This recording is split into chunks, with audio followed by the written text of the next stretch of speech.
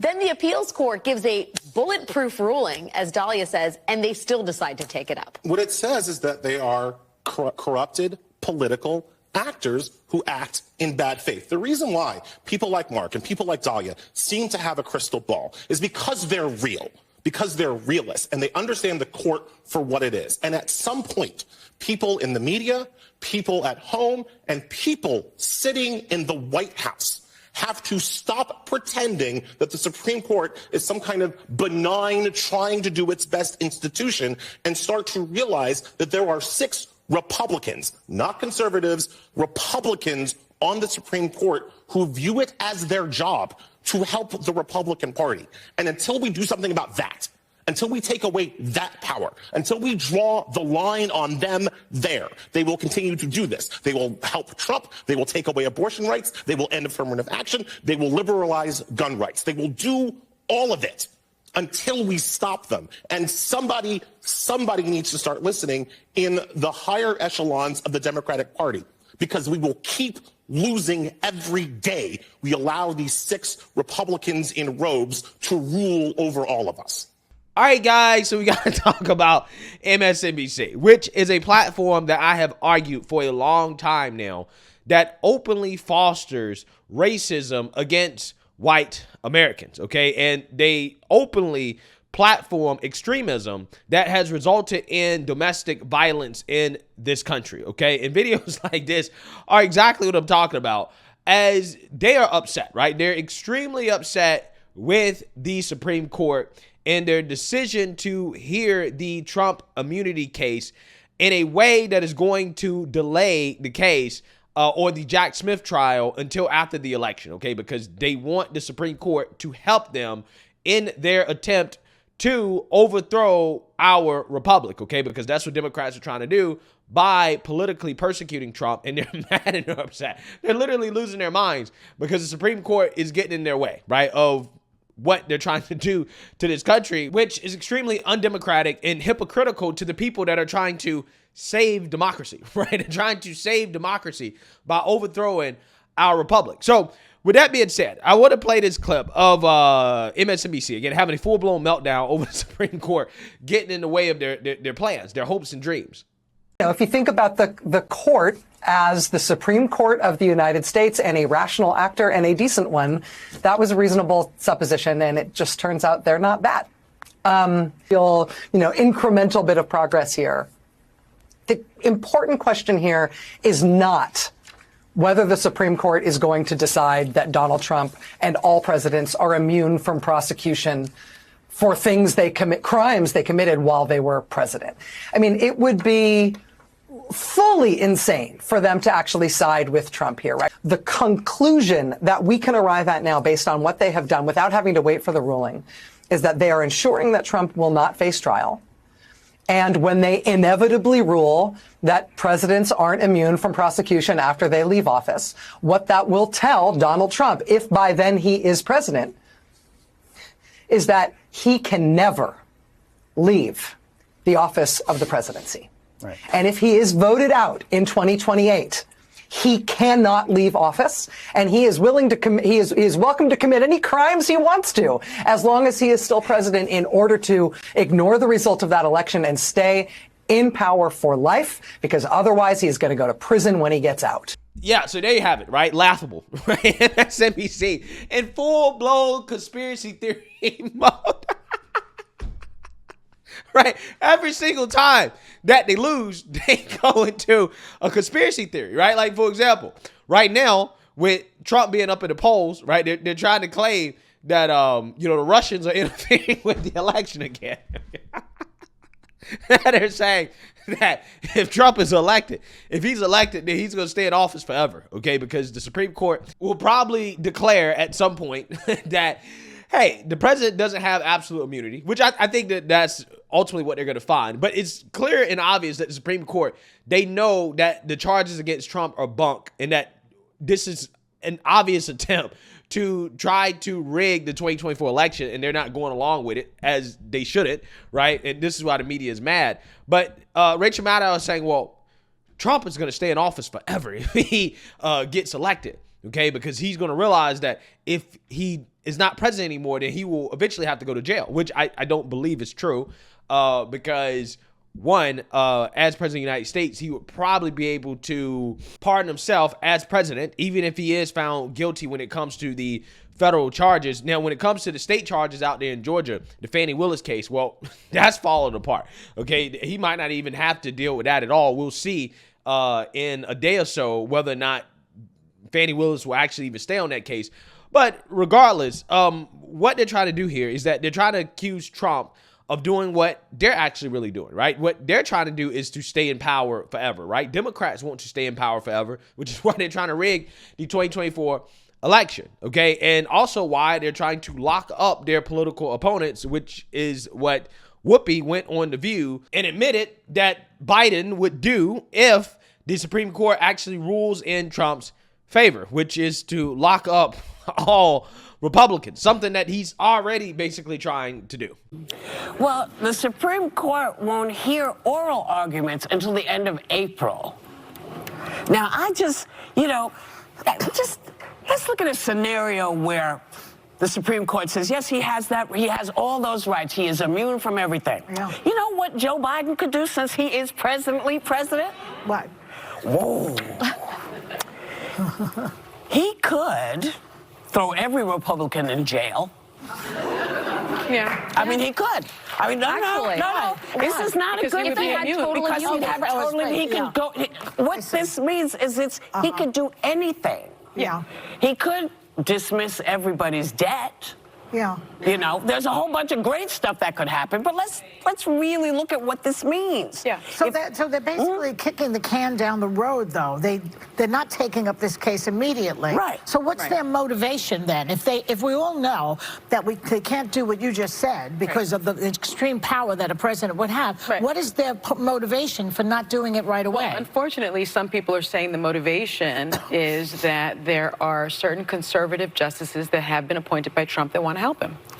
And because we know the end result is if this case is not resolved by the time of the election and he, God forbid, becomes the president of the United States, the Justice Department policy is that you cannot indict nor put on trial a sitting president, right? And so it's his get out of jail. He could throw him in jail. But it's his get out of jail free card. No, I'm saying Biden could throw. Yeah, See, this is a slippery slope because if they give him this immunity, what's good for the goose What I also will say is they're listening to these arguments in April. The end of their term is in June, right? They return again, I believe, in October. The Bush v. Gore case happened real quick. Do you remember that? The Supreme Court knows how to work real fast. That was the day democracy died. Yeah, so you seen that, you heard that, okay? You have the cackling hands on The View salivating over the idea of Biden throwing his political opponents in jail, even though he's already doing that, right? This is what the cackling hands are doing, okay? I mean, it's just hilarious to me, all right? The meltdown from the mainstream liberal media over the fact that the Supreme Court is not trying to go along with their attempt to rig the 2024 election. This is how pissed off they are.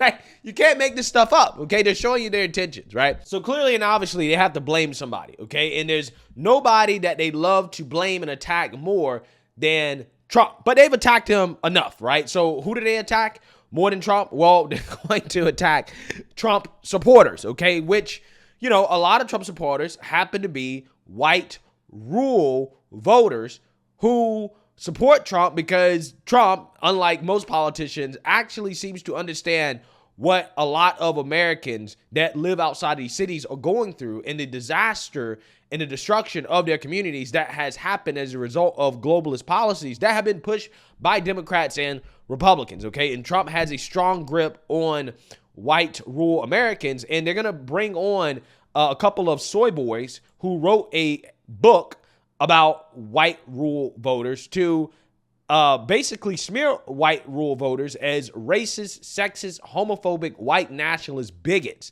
who are the reason why Trump has so much support. Again, they're showing you how much they really hate white people, okay, on their network, okay? This type of hate, okay, is being spewed on the airwaves of MSNBC. So I want to go ahead and play this clip because it really is kind of disturbing. And as we barrel toward a likely rematch of the 2020 election, one candidate continues to have a hold over white rural voters. But it's not Joe Biden. Seen here as a boy on the right side of your screen who went to public school, is the son of a used car salesman and was born to a middle-class family in Scranton, Pennsylvania. Instead, it is Trump here on the left side, a private school educated son of a New York City real estate tycoon who became a millionaire at 8 years old and didn't have to serve because he claimed he had bone spurs in his little feet. So why is it that Trump appeals so much to a group he couldn't be more different from? Joining us now, professor of political science at the University of Maryland, Baltimore County, Tom Schaller, and journalist and opinion writer Paul Waldman. Their new book, out tomorrow, is entitled White Rural Rage, the Threat to American Democracy. And Tom, we'll start with you. Why are white rural voters a threat to democracy at this point? You would think, as we pointed out, looking at Joe Biden's background and Donald Trump's, that the opposite would be true.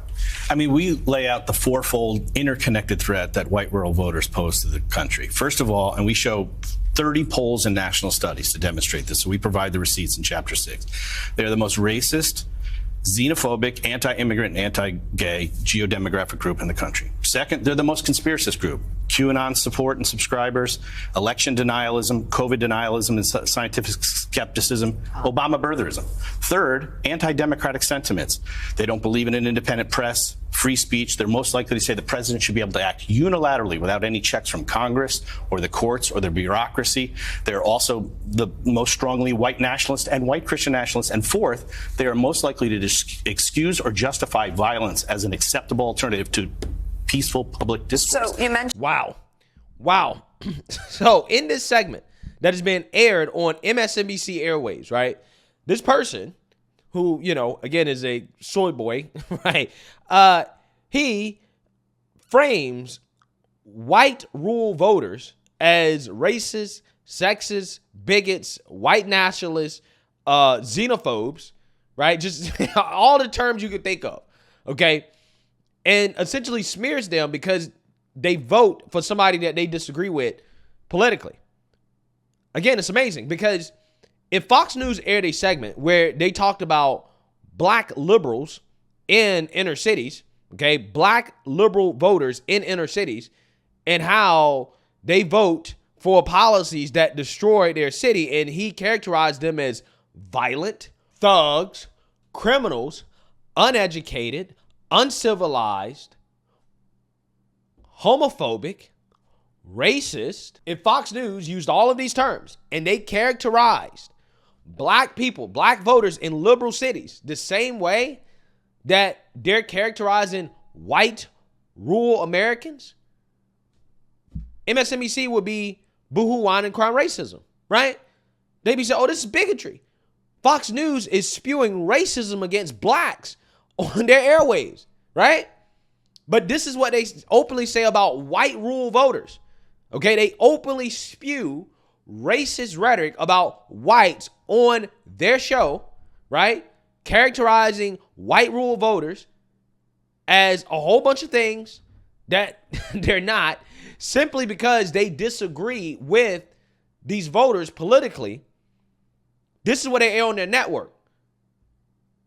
But yet, again, if any other network did this to another group of people, again, they'd be crime foul.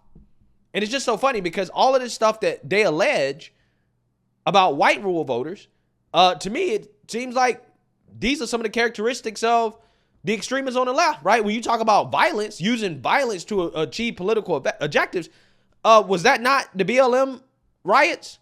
Was that not the Roe v. Wade riots? Was that not the Antifa riots?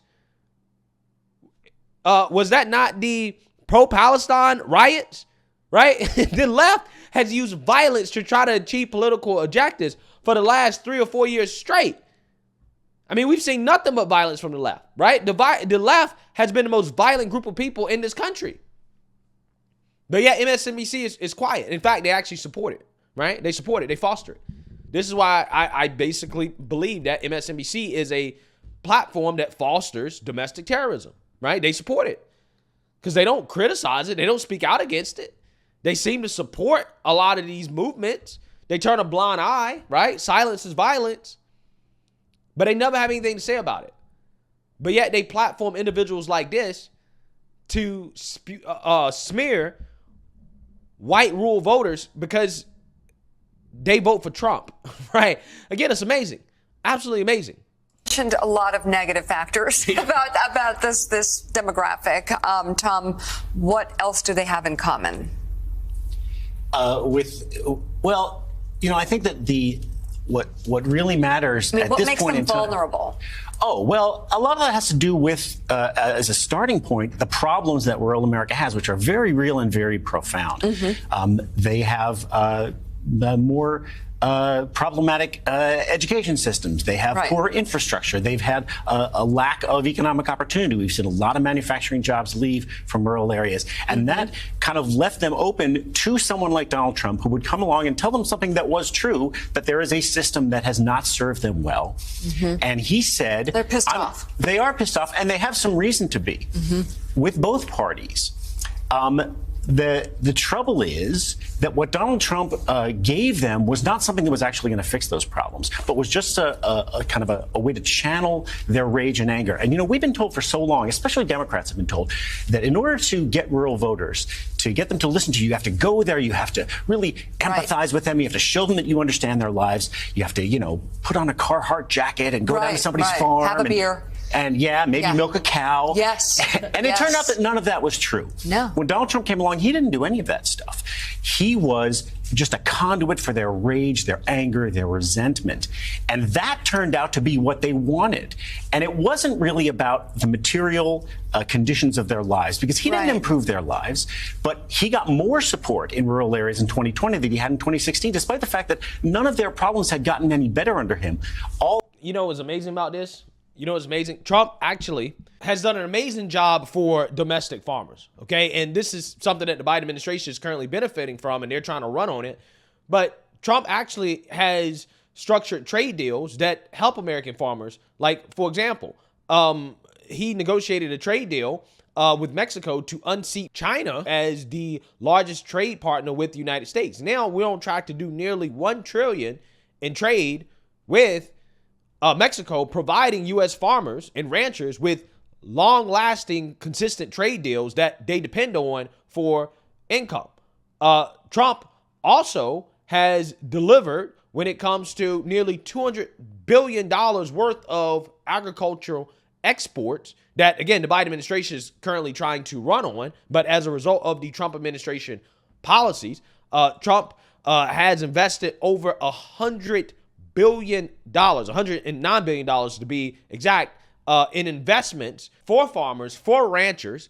And as a result of this, after the Trump administration investments, net farm income for farmers has gone up. Okay, it has gone up tremendously since Trump made these investments. For example, the net farm income total $165 billion between 2021 and 2023. Again, this all happened after the Trump administration had invested heavily in rural America. But yet, if you listen to these individuals, Trump hasn't done anything for rural America, right? Now, again, clearly and obviously because of the trade deals like NAFTA that, the Democrats and the Republicans negotiated, right, that shipped these jobs overseas in the first place. Yeah, you're not going to be able to bring all those things back. But Trump is the only president that has acknowledged his problem and has actively tried to do something about it. Now, again, he can't work miracles and bring all the jobs back immediately. But most certainly with his policies, he is trying to actually make things right.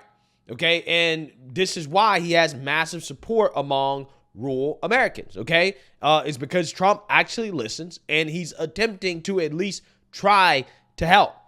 But yet, again, according to the mainstream liberal media, oh, no. These rural Americans, they only vote for Trump because they're bigots, right? They're bigots, okay? This is what they say. It doesn't have anything to do with, his policies or the fact that just overall the economy was better under Trump than Biden. I'm pretty sure that, costs for everybody, including farmers, rural Americans, have gone up under Biden. Oh, no, it can't be that.